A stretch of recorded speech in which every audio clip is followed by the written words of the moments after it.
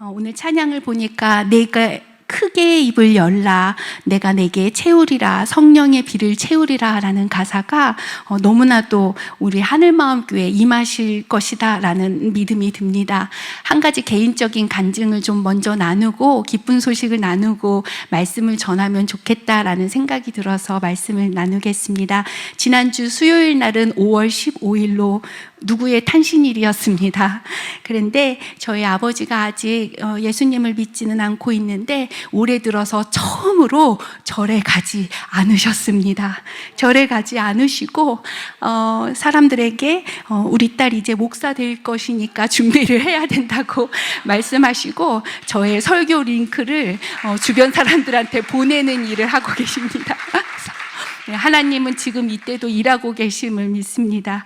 오늘도 링크를 보내드렸더니 맨날 링크만 보시고 답이 없으셨던 아버지께서 야스라고 대답을 하셨습니다. 신세대처럼. 그뿐만이 아니고 저희 외삼촌이 병원에 입원하셨었는데 동수원병원에 입원하셨어서 병문안을 갔다가 기도하고 왔습니다.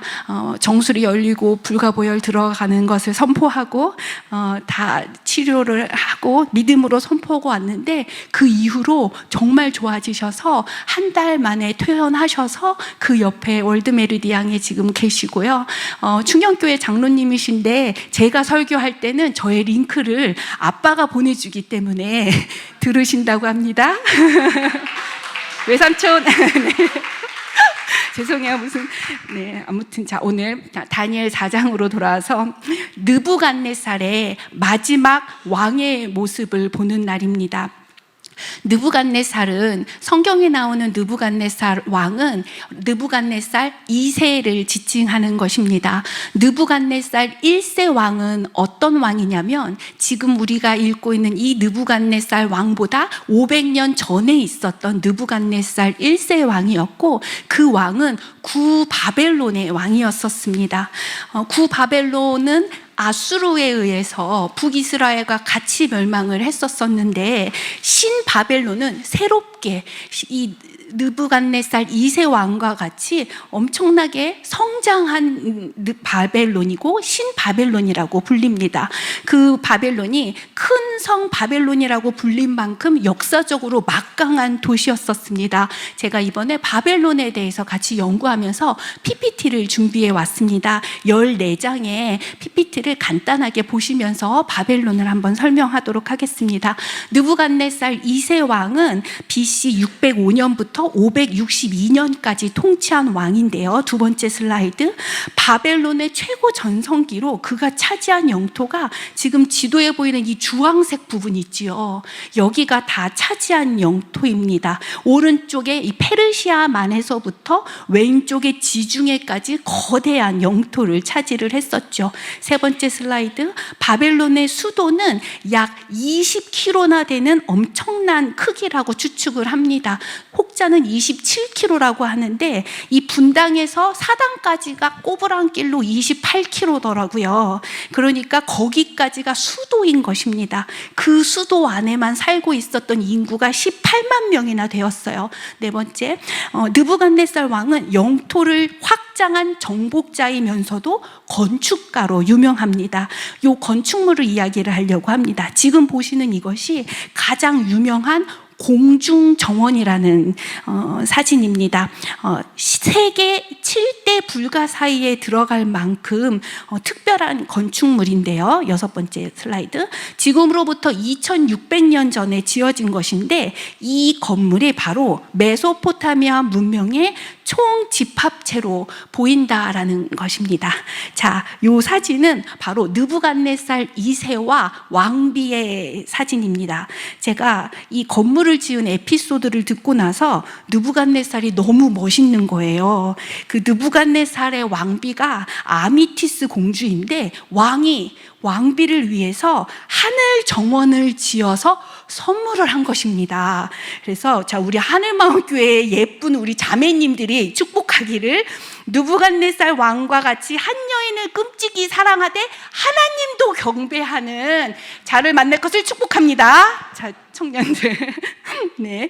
그래서 자, 8번째 슬라이드. 이 아미티스 공주가 어디에 있냐면 저 지도에 주황색 그 팔자 숫자 바로 밑에 보면은 그 메디아 왕국이라고 적혀 있습니다. 이게 바로 메데 바사인데요.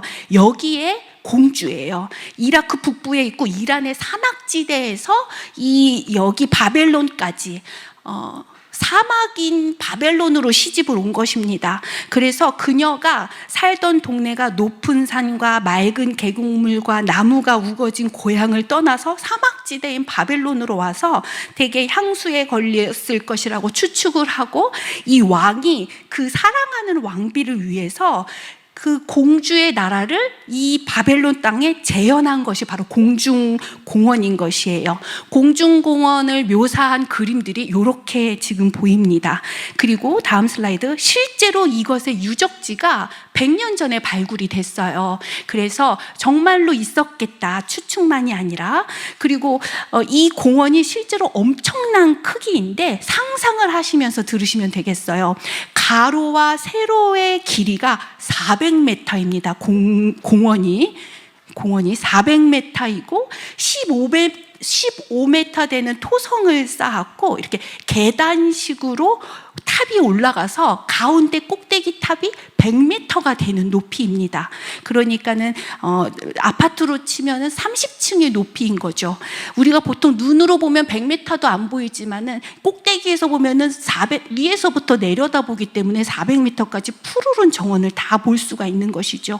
이게 왜 모든 문명의 집합체라고 하면, 땅을 다지고 그 다음에 1m짜리의 아치형의 기둥을 123m의 면적에 세워서 다 세운 다음에 그 위에 돌판을 얹고 그 다음에 방수를 위해서 역청 작업을 해요. 왜냐하면 물을 계속 나무들이 먹어야 되니까 역청 작업을 하고, 그 위에 또 흙을 엄청 부어서 나무를 심고, 그 다음에 또 이제 기둥을 세우고 돌판 넣고 역청 작업하고 흙 쌓고 나무 심고 또 이렇게 계단식으로 계속 한 것입니다. 그리고 그 각 층마다 메디아 왕국으로부터, 공주가 살던 왕국으로부터 수백 종의 나무와 화초를 실어서 온 것입니다. 운반하면서도 나무와 식물이 죽지 않도록 물을 계속 뿌려가면서 사막까지 가지고 온 거예요. 13번째 슬라이드. 심고 나서 모든 식물이 죽지 않도록 수로를 연결을 했는데, 이 수로가 사람의 혈관처럼 엄청나게 복잡하다고 합니다. 제일 중요한 것은 사막에서 물을 끌어가지고 올리는 방법이 가장 힘들었는데, 하루에 2번의 거대한 물을 꼭대기 100m까지 끌어올려서 이 유프라데 강의 물을 아르키메데스가 알려준 특별한 기계공법으로 끌어올려서 층층층층 다 내렸다고 합니다. 자, 마지막 슬라이드. 이 엄청난 일을 느부갓네살이 공주를 위해서 했다라는 거예요.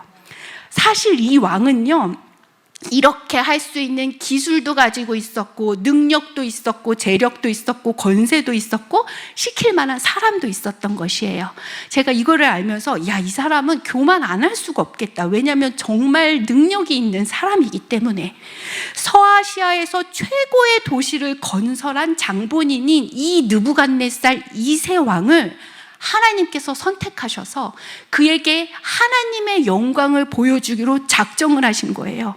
그에게 하나님의 능력을 나타내시기로 한 거예요. 그래서 지금 다니엘 4장에 올 때까지 2장에서는 꿈으로 나타나셔서 금신상의 환상을 보여주셨고, 3장에서는 풀무불에서도 살아남는 세 친구의 영광을 보여주셨고, 그리고 오늘 4장에 드디어 한 번 더 꿈을 꾸었는데, 그것을 통해서 하나님의 영광을 드러내기 원하시는데, 안타깝게도 느부갓네살 왕은 이 3번의 경고에도 하나님의 음성을 듣기는 들었으나 교만한 것이 있었기 때문에 이 마지막 경고를 회개하지 않았습니다. 그래서 결론부터 말씀드리자면, 하나님께서 이 이방 왕에게 하나님의 영광을 보이셨음에도 불구하고 하나님의 권능 앞에 겸손하지 않아서 3번의 기회가 지나고 하나님의 시간이 끝났을 때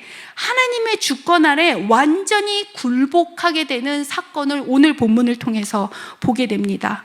하나님의 경고의 심판의 끝이 어떠한 상황이 되는지 오늘 본문 29절과 30절 말씀 읽어보도록 하겠습니다.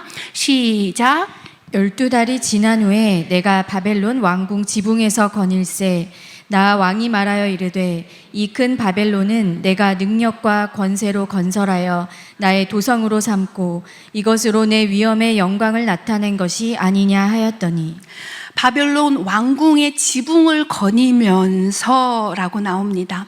분명히 엄청나게 컸었던 공중공원이 보였을 것이에요. 또 이 바벨론의 성벽이 또 유명한데 성벽이 얼마나 유명한지 이중성벽으로 되어 있는데 이 성벽과 이 이중성벽 끝에 이 너비가 말 4마리가 양쪽으로 쌍방으로 지나갈 수 있을 정도로 지금으로 따지면 뭐 8차선 정도 될 만한 두께로 성벽을 쌓았다고 합니다. 지붕에서 어찌 되었건 무엇을 보았건 성벽을 보았건 공중정원을 보았건 그것을 보면서 자신의 업적을 보고 이렇게 독백을 한 거예요. 이 큰 성 바벨론은 내가 내 능력과 내 권세로 건설해서 나의 도성으로 삼았고 내 위엄과 영광을 나타낸 것이다. 이렇게 혼자 독백을 말을 했어요. 그런데 그렇게 말하는 순간 하나님의 심판이 임했고 그냥 바람과 같이 모든 것이 부러져서 날아가 버리는 것을 보게 됩니다. 느부갓네살은 본인이 능력이 있어서 부와 권세로 평안을 누리고 있었다라고 생각했어요. 본인이 스스로 평안을 누릴 수 있는 자였습니다. 그리고 백성도 평안하게 할 수 있는 자였어요. 그런데 하나님께서는요, 느부갓네살에게 그 평안이 얼마 가지 못하고 얼마나 미약한 것인지 보여주시는 것이죠. 하나님의 심판의 기간이 끝난 후에 그가 깨달은 것은 하나님의 나라가 영원할 것이고 통치가 대대에 이를 것이라는 것을 알게 됩니다. 오늘 우리가 읽은 다니엘 4장은요 액자 소설처럼 구성이 되어 있어요. 1절부터 3절까지는 느부갓네살 왕이 심판의 그 7년의 기간이 다 끝난 후에 온전한 정신이 돌아왔을 때 했었던 고백이 앞에 나와 있고 그 뒤에는 과거에 이러이러한 들 있었고 꿈을 어떻게 해석했다라는 것들이 쭉 나온 다음에 34절부터 37절까지는 다시 제정신이 돌아왔을 때에 하나님을 고백한 것이 양 끝에 나와 있습니다. 느부갓네살이 이때 깨달은 것이 바로 먼저는 평강이었습니다. 평강이 우리나라 말로는 평강, 평앙 이렇게 되어 있지만 원어로는 두 가지가 있었습니다. 첫 번째는 쉘람이라는 원어를 가진 이 평강은 하나님의 평강을 의미하는 것이고 라난이라는 평강은 초록색, 번영, 무성함, 푸른 잎사귀의 성장, 인간적인 평안을 의미합니다. 느부갓네살 왕이 자기가 그렇게 힘든 시간을 다 지난 후에 하나님의 평강이 진짜 무엇인지 알게 됐는데 그게 바로 다니엘 1장부터 4장 1절부터 3절까지 나옵니다. 1절부터 3절 읽겠습니다. 시작. 느부갓네살 왕은 천하에 거주하는 모든 백성들과 나라들과 각 언어를 말하는 자들에게 조소를 내리노라. 원하노니 너희에게 큰 평강이 있을지어다. 지극히 높으신 하나님이 내게 행하신 이적과 놀라운 일을 내게 알게 하기를 즐겨하노라. 참으로 크도다 그의 이적이요 참으로 능하도다 그의 놀라운 일이요 그의 나라는 영원한 나라요 그의 통치는 대대에 이르리로다. 아멘. 왕이 조소를 내린다라고 1절에 나옵니다. 그리고 너희에게 큰 평강이 있을지어다. 여기에 나오는 이 평강이 바로 쉘람의 원어를 쓰인 평강입니다. 그런데 회상할 때, 과거를 회상할 때는 느부갓네살이 다른 단어를 씁니다. 4절 말씀 읽어보겠습니다. 시작. 나 느부갓네살이 내 집에 편히 있으며 내 궁에서 평강할 때에 여기서 나오는 내 궁에서 평강할 때에는 라나안이라는 원어가 쓰였습니다. 나라가 부강하고 먹는 것도 충분하고 바로 인간적인 평강인 거죠. 아내도 예쁘고 이제 우울증도 고쳐진 것 같고 공중정원도 다 지어졌고 아내의 향수병도 나은 것 같고 그래서 평강하다 이렇게 하고 있을 때입니다. 그런데 이 인간의 평강하다라는 것의 한계를 느부갓네살은 이 하나님의 훈련을 통해서 깨닫게 된 거죠. 인간의 평강에는 한계가 있습니다. 내가 가진 돈은 나를 편안하게 하고 권력이 있으면 내 마음대로 하고 또 그렇지만 이 모든 것들은 일시적이고 사라져버리는 평강인 것이죠. 이게 얼마나 유약한지 느부갓네살이 실제 경험했어요. 자기는 분명히 4절에 평강할 때에 했는데 5절에 꿈 하나를 꾸더니 그 평강이 바로 사라져버립니다. 5절 말씀 읽도록 하겠습니다. 시작.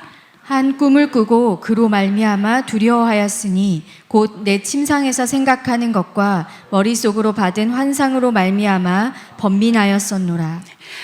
인간의 평안이 바로 꿈 때문에 사라져버린 거예요. 그래서 두려워하였습니다. 그리고 번민하였습니다.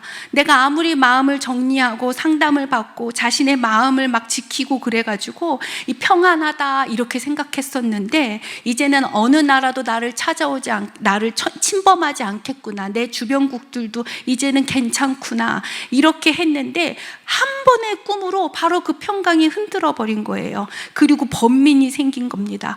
이거는 느부갓네살이 정말 참된 평안이 없었다라는 것을 알게 되는 것이죠. 진짜 평강은 우리 하나님께만 있을 줄 믿습니다. 이 잃어버렸던 평강을 찾기 위해서 느부갓네살이 했던 건 모든 지혜자들을 불렀습니다. 6절과 7절 말씀 시작. 이러므로 내가 명령을 내려 바벨론의 모든 지혜자들을 내 앞으로 불러다가 그 꿈의 해석을 내게 알게 하라 하였더라. 그때에 박수와 술객과 갈대아 술사와 점쟁이가 들어왔으므로 내가 그 꿈을 그들에게 말하였으나 그들이 그 해석을 내게 알려주지 못하였느니라. 아멘. 정말 신기한 것은 바벨론의 모든 지혜자들을 불렀다고 했는데 다니엘은 보이지 않습니다. 이때 불렀던 자들이 박수와 술객과 갈대아 술사와 점쟁이들이 들어왔습니다. 왜 다니엘만 빼고 불렀을까? 아마도 느부갓네살 왕은 아직까지도 그 위대한 바벨론의 점성술로 풀고 싶었던 마음이 있었던 것 같습니다. 그 유명한 내 나라에 있는 사람들을 제끼고 눈 색깔도 다르고 머리 색깔도 다른 저 이방인의 저 포로였었던 그것을 의지하기가 싫었겠죠. 그리고 또 한 가지는 뭐였냐면 꿈이 이번엔 기억이 났던 것입니다. 2장에는 왕이 무슨 꿈이었는지조차도 잘 모르고 그 꿈을 맞추라고 했었지만 지금 4장에서는 자세하게 그 꿈을 사람들에게 말합니다. 왜냐? 그때 박수술계 점쟁이들이 뭐라 했냐면 왕이여 말씀해 주시옵소서 말만 하시면 우리가 해석하겠습니다 하고 장담을 했어요. 2번이나 장담했습니다. 4절과 7절 다니엘서 2장 4절과 7절에 이렇게 장담했었습니다. 같이 읽겠습니다. 시작. 갈대아 술사들이 아람말로 왕에게 말하되 왕이여 만수무강하옵소서 왕께서 그 꿈을 종들에게 이르시면 우리가 해석하여 드리겠나이다 하는지라. 그들이 다시 대답하여 이르되 원하건대 왕은 꿈을 종들에게 이르소서 그리하시면 우리가 해석하여 드리겠나이다 하니. 아멘. 이때 이들이 해석을 못했던 이유는 왕이 꿈을 설명을 안 해줬기 때문이라고 이렇게 이야기를 해요. 그래서 이번에는 왕이 자세하게 설명을 합니다. 그런데 결과는 이들은 꿈을 말해줘도 해석할 힘이 없는 자들이었어요. 꿈만 말해주면 해석하겠다고 장담하던 자들이 4장에 와서 그 꿈을 자세하게 설명했는데도 해석을 못합니다. 하나님은 인간이 자신 있어 하는 것조차 얼마나 하찮은지 이 사건을 통해서 우리에게 보여주시는 거예요. 본인의 입대로 장담했었던 것조차 알지 못하는 이 인간들, 왕이 내려도 해석하지 못하고 자세히 알려줘도 해석하지 못하는 이 하찮은 박수와 술객들이 얼마나 이 인간의 지식이 부족한지를 압니다. 그래서 이제 다니엘을 찾기 시작합니다. 9절 말씀 시작. 박수장 벨드사사라, 내 안에는 거룩한 신들의 영이 있은즉 어떤 은밀한 것이라도 내게는 어려울 것이 없는 줄을 내가 아노니 내 꿈에 본 환상의 해석을 내게 말하라. 아멘. 이제서야 또 자존심은 있어서 다니엘이라고 안 부르고 벨드사살이라고 부릅니다. 박수장이라고 불러요. 네 안에 거룩한 신들의 영이 있는 거 내가 안다. 그러니 이제 해석해라 라고 합니다. 다니엘은 해석을 합니다. 왜냐하면 하나님께서 지혜를 주셨기 때문이에요. 하나님께서는 모르시는 게 없어서 하나님께 물으면 모든 해답을 찾을 수 있습니다. 이 시간에 선포하기를 한때의 우리의 표어였었던 다니엘의 세대여 일어나라 외쳤었던 이 다니엘의 지혜가 다음 세대에게 그리고 현재 이 말씀을 듣는 우리에게 퍼지기를 선포합니다. 항상 하나님의 지혜가 여러분 안에 그리고 다음 세대에게 충만하기를 선포합니다. 항상 하나님과 기도하시고 소통하시고 친밀하셔서 다니엘과 같이 하나님의 마음을 받는 우리가 되길 선포합니다. 아멘. 그래서 하나님의 마음을 받아서 참된 위로와 평강을 내가 먼저 누리고 인간의 라난의 평강이 아니라 샬람의 하나님의 평강을 내가 먼저 누리고 그 평강을 전달하는 우리가 되었으면 좋겠습니다. 그리고 이제 다니엘이 하나님의 지혜로 해석하기 시작합니다. 그래도 내용이니까 제가 간단하게 스토리를 설명해 드릴게요. 왕이 보신 큰 나무, 꿈속에서 왕이 큰 나무를 보았습니다. 그 큰 나무는 바로 느부갓네살 왕 당신이십니다. 그 나라가 자라고 견고해지고 하늘에 닿아서 땅끝까지 보인다라는 것은 느부갓네살 왕이 처음부터 이렇게 크지 않았었어요. 왕의 위치가 자라고 견고해졌고 그리고 그 끝이 하늘에 닿을 만큼 성장한 것을 이야기합니다. 그리고 그 나무의 잎사귀가 아름답고 열매가 많아서 만민의 먹을 것이 될 만하다.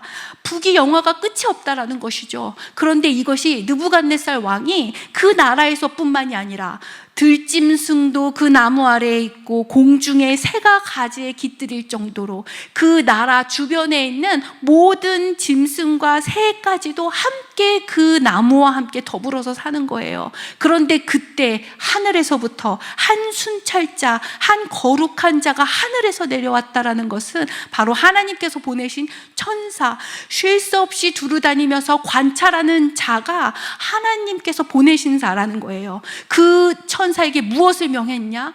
나무를 베거라. 나무를 베어 없애라. 이제 왕의 부귀영화가 끝났다라는 것을 꿈을 통해서 보여주신 것입니다. 그리고 이제 다니엘이 이어서 계속 설명을 하는데 우리 같이 24절부터 27절 다니엘이 말하듯이 같이 읽도록 하겠습니다. 시작. 왕이여, 그 해석은 이러하니이다. 곧 지극히 높으신 이가 명령하신 것이 내 주 왕에게 미칠 것이라. 왕이 사람에게서 쫓겨나서 들짐승과 함께 살며 소처럼 풀을 먹으며 하늘 이슬에 젖을 것이요 이와 같이 7대를 지낼 것이라. 그때 지극히 높으신 이가 사람의 나라를 다스리시며 자기의 뜻대로 그것을 누구에게든지 주시는 줄을 아시리이다. 또 그들이 그 나무 뿌리에 그루터기를 남겨두라 하였은즉 하나님이 다스리시는 줄을 왕이 깨달은 후에야 왕의 나라가 견고하리이다. 그런즉 왕이여, 내가 아뢰는 것을 받으시고 공의를 행함으로 죄를 사하고 가난한 자를 긍휼히 여김으로 죄악을 사하소서. 그리하시면 왕의 평안함이 혹시 장구하리이다 하니라. 아멘. 그렇게 휘황찬란했었던 느부갓네살 왕의 부귀영화가 하나님께서 보낸 그 한 순찰자로 인해서 모두 다 한순간에 없어질 것이다 라고 예언합니다. 그리고 돌파구까지 다니엘은 지혜롭게 설명을 합니다. 다니엘의 말을 받고 공의를 행함으로 죄사함을 받으십시오. 가난한 자를 긍휼히 여김으로 죄사함을 받으십시오. 즉 다니엘이 강조한 것은 어떠한 일을 해서라도 왕의 죄를 사함을 받아야 합니다라고 이야기를 합니다. 왕의 죄가 죄사함을 받으면 왕은 살 수 있습니다. 이렇게 권면하는 것입니다. 혹자는 이렇게 말할 수 있어요. 아니, 예언은 그대로 이루어지는 거니까 예언 아닙니까? 어차피 하나님께서 멸망하기로 작정한 것인데 이게 그냥 그대로 이루어지는 것 아닙니까? 아닙니다. 성경에 나오는 이렇게 징벌할 거니 이럴 거다라는 예언은요, 돌이키다라는 예언이에요. 예가 있지요. 히스기야 왕이 있습니다. 히스기야 왕이 돌이켜서 하나님의 뜻을 돌이켜달라라고 그가 그렇게 기도했을 때 17년의 생명의 연장이 있었습니다. 또 요나가 니느웨 성을 돌아다니면서 40일 후에 이 성은 멸망합니다 라고 외쳤는데, 그리고 나서 그 성이 회개하고 돌아서자 멸망하지 않았습니다. 너희들 회개해라 이렇게 말하는 하나님의 이 메시지는 느부갓네살 왕아, 너가 지금 3번째인데 이제 돌이켜라 라는 말입니다. 그리고 다니엘이 이 27절에 보면 왕의 평안함이 혹시 장구하리다. 이 평안함은요, 바로 라난의 평안을 같이 이야기한 거예요. 왕이 바벨론을 다스리는 이 평안이, 이때는 왕이 진짜 평안을 알지 못했지만 이 땅에서의 평안이 오래 갈 것이다 라는 겁니다. 그리고 하나님께서 느부갓네살 왕에게 12개월의 기간을 주셨어요. 다니엘 선지자의 말을 끝까지 듣고 그리고 돌이키기를 하나님께서 기간을 주셨어요. 마지막 경고였음에도 불구하고 그는 그 하나님의 말씀대로 돌이키지 않아서 마지막 자신의 교만의 죄를 또 범하고 말았습니다. 28절에 보니 이 모든 일이 다 나 느부갓네살 왕에게 임하였느니라. 자신의 과거를 회상하죠. 29절 12달이 지난 후에 내가 바벨론 왕궁 지붕을 거닐세. 30절 나 왕이 말하여 이르되 이 큰 바벨론은 내가 능력과 권세로 건설하여 나의 도성으로 삼고 이것으로 내 위엄의 영광을 나타낸 것이 아니냐 하더니, 이렇게 말하고 나니 이렇게 본인 스스로 독백을 했는데 바로 하나님의 그 언약, 그 심판의 말씀이 임하였습니다.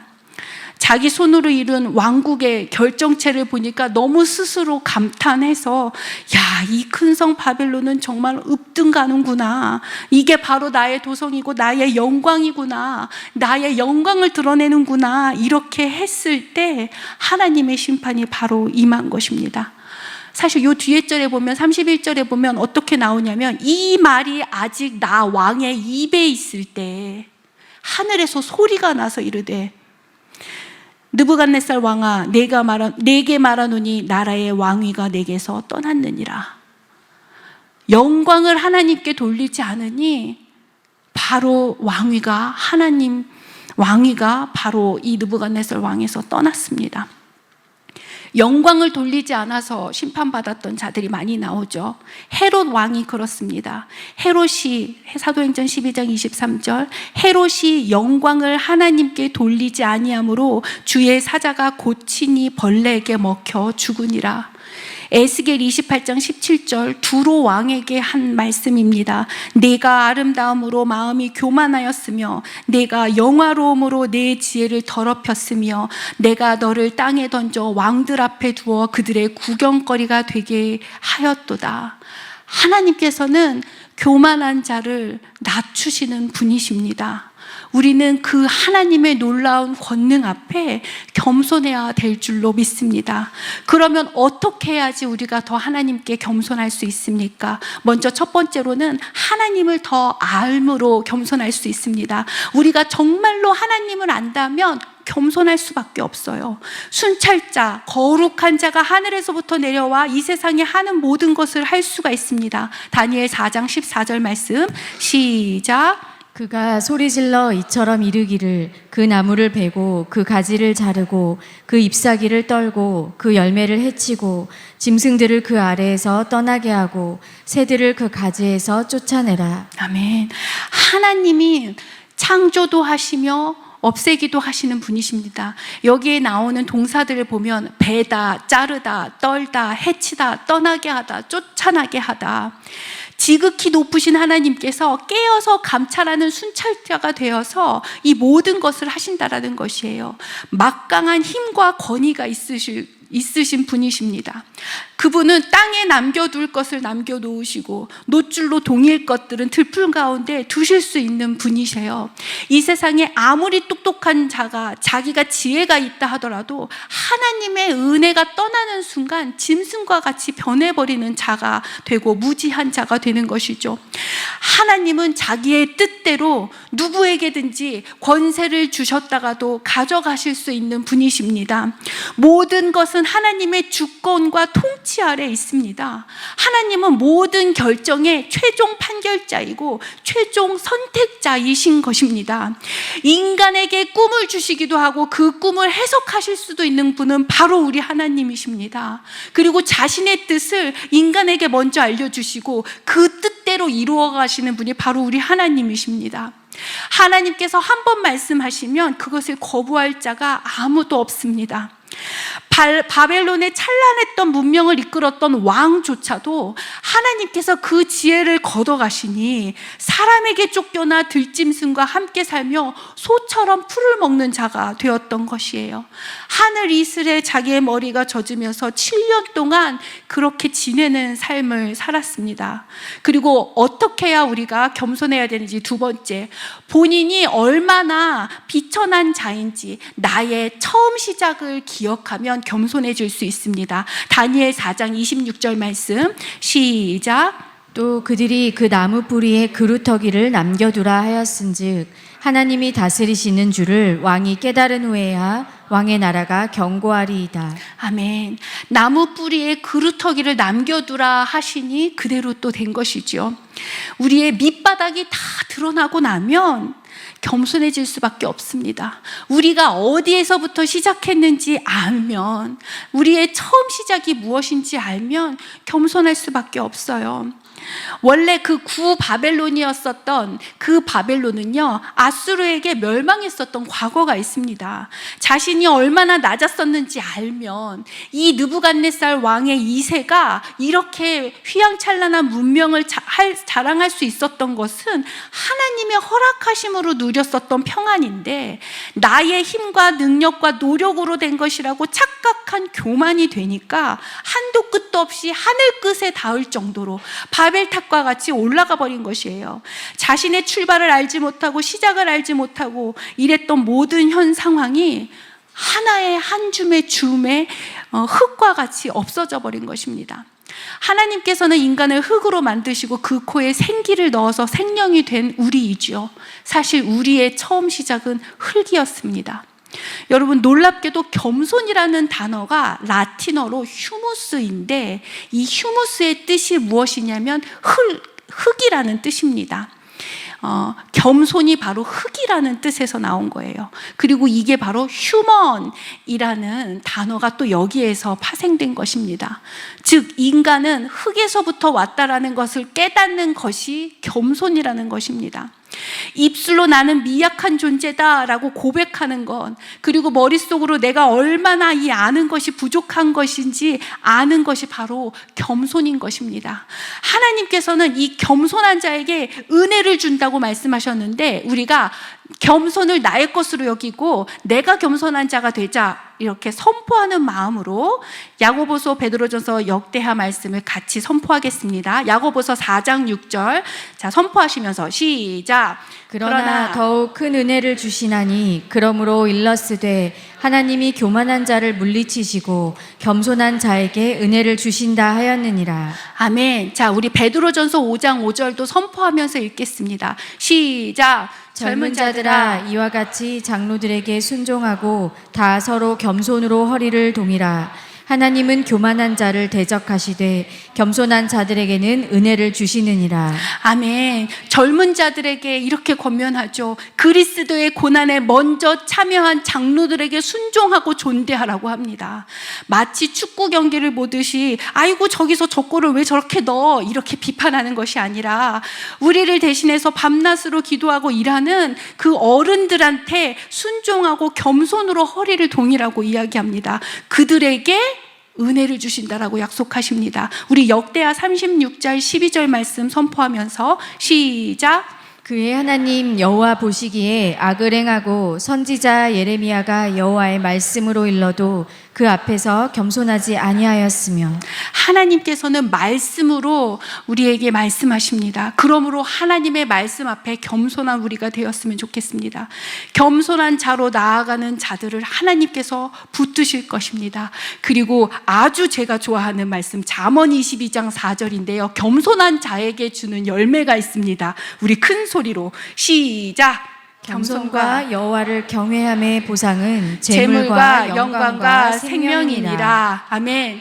재물과 영광과 생명, 이 보상을 받으려면 우리가 여호와 앞에 겸손함으로 나아가길 원합니다. 이 겸손함이 뭡니까?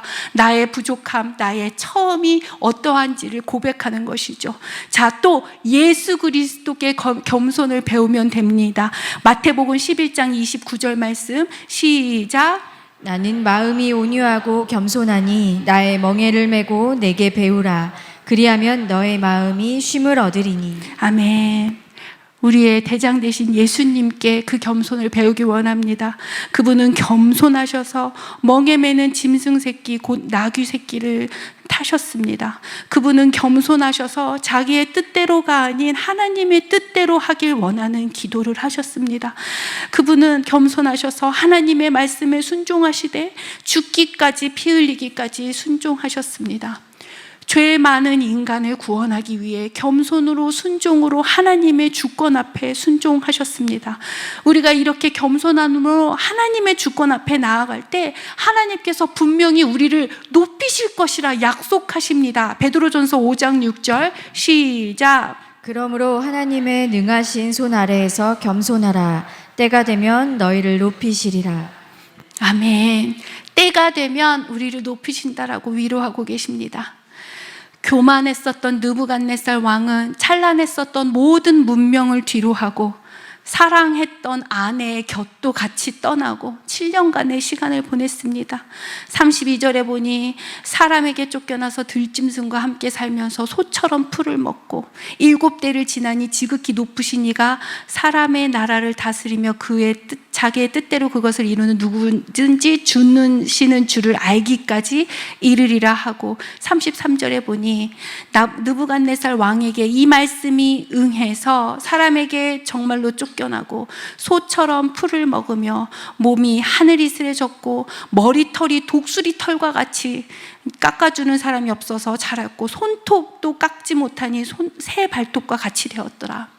이거는 정말로 그 정신병 중에 이러한 병이 있다고 합니다. 내가 정말 짐승이구나 이렇게 생각하고 또 늑대 인간이나 또 어떤 사람은 자기가 뱀처럼 이렇게 기어다니는 사람도 있고 뭐 캣우먼도 있고 뭐 그렇다고 합니다. 그래 이거는 정말 하나님께서 그 지혜를 가져가시니까 그 똑똑했었던 왕이 이렇게 한꺼번에 한 번에 이렇게 되는 거예요. 내가 아무리 지금까지 엄청난 업적을 하고 엄청난 것을 가지고 있다 하더라도 하나님께서 끝 여기까지 하시면 바로 그 순간 끝나버립니다.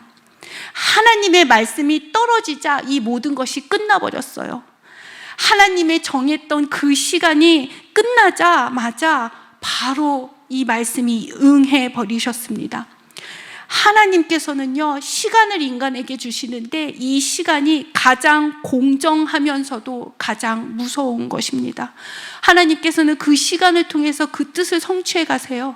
시간의 주권자가 되신 하나님을 신뢰하고 하나님 앞에 순복하는 저와 여러분이 되길 원합니다.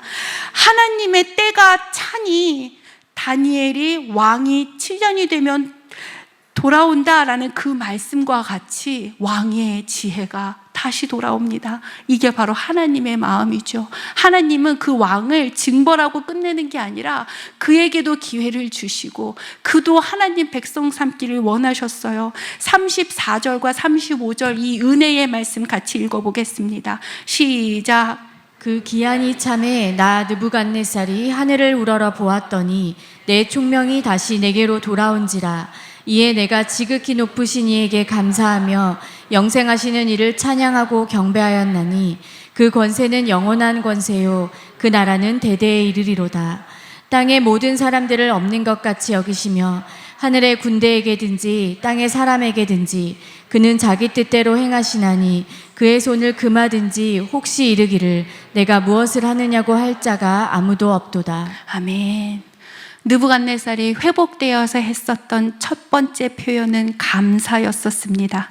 34절에 나오죠.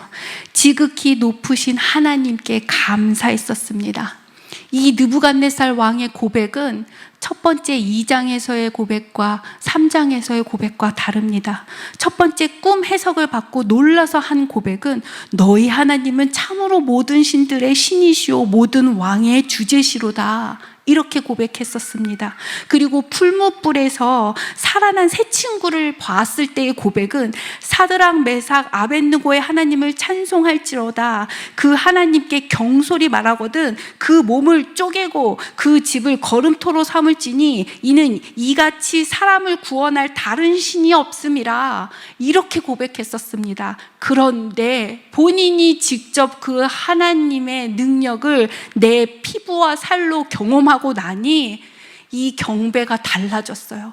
감사가 나옵니다. 하나님의 놀라운 능력을 경험해서 감사가 나오는 것이에요. 놀라운 이적이 얼마나 감사한지 그냥 지식적인 놀람에서 끝나고 하나님을 인정하는 거에서 끝나는 게 아니라 그 놀라우신 하나님께서 나의 삶에 직접 관여하시고 내 삶의 주관자가 되시고 내 삶을 회복시키시는 분인 걸 경험하고 나니 감사하게 되는 것입니다. 그래서 34절 기한이 참에 나 느부갓네살이 하늘을 우러러 보더니 총명이 다시 내게 돌아온지라. 하나님께서는 다시 주시는 분이세요. 이에 내가 지극히 높은 이에게 감사하며 그분을 다시 보게 되죠. 영생하는 이를 찬양하고 경배하였나니 그분의 나라를 봅니다. 그 권세는 영원한 권세요 그 나라는 대대에 이르리로다. 내가 건설했었던 이 바벨론의 왕국은 아무것도 아닌 거를 알게 되는 거예요. 이 세상에서 자기가 서아시아에서 최고로 잘난 줄 알았었어요. 그런데 하나님의 능력 앞에서는 아무것도 아닌 걸 알게 되는 겁니다. 그리고 가져가기도 하시고 회복하게 하시는 하나님의 놀라운 사랑도 본 것이에요. 기한이 차면 하나님께서 회복을 주시고 총명도 주시고 감사하고 영생하는 일을 찬양하고 경배할 수 있도록 기회를 또 주시는 거예요. 여러분, 우리가 믿는 그 하나님은 권세가 영원한 분이십니다. 인간의 권세와는 다릅니다. 인간의 평안과는 다릅니다. 영혼의 개념 자체가 우리와는 다른 하나님의 영혼의 개념이십니다. 그분의 나라와 권세가 대대에 이르고 이 고백이 바로 느부갓네살의 고백이고 또 솔로몬의 고백과도 같은 너무나도 귀한 고백인 것이죠. 저는 오늘 말씀을 보면서 롤러코스터 타는 것 같은 이 느부갓네살의 신앙을 좀 보았습니다. 하나님의 영광을 봐서 그분을 열심히 높였다가 자신이 의와 교만이 높아져서 다시 또 낮아졌다가 또 권능을 인정할 수밖에 없었던 그러한 인생이었지만 결정적인 상황에서 하나님께 영광을 돌리지 않고 자신의 의를 내세우셨던 그를 하나님께서 꺾으시고 기한이 찬 후에 하나님을 찬양하는 삶으로 결국 이끌어 가셨습니다.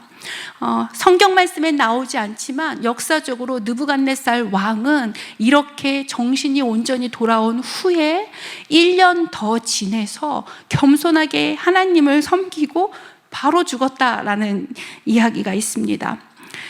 이러한 롤러코스터 같은 영적인 사이클이 성경에도 많이 나옵니다. 사울과 같은 삶을 살았던 사람들, 또는 다윗과 같은 사이클, 솔로몬과 같은 사이클, 사도 바울과 같은 사이클. 그런데 우리가 가장 원하는 것은 그 마지막의 끝이 하나님과 함께 있기를 원하는 것이죠. 여기에서 중요한 것은 위치와 높이가 아닙니다. 바벨론이 얼마나 높이 있었느냐, 이게 중요한 게 아니라 바벨론이 자기가 너무 높이 있어서 야, 내가 최고다 했을 때 그때의 하나님의 방향은 그를 밑으로 내리꽂는 것이었어요.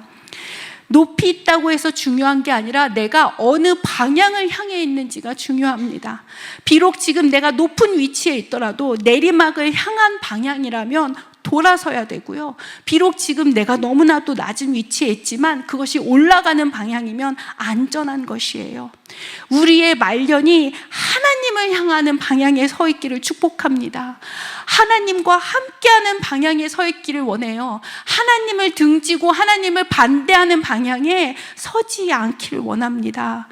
그렇게 하나님만 의지하는 자에게 하나님께서 다른 것들을 다 주십니다.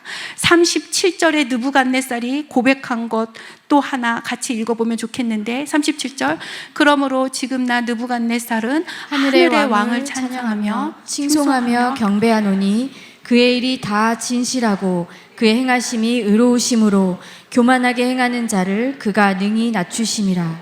아멘.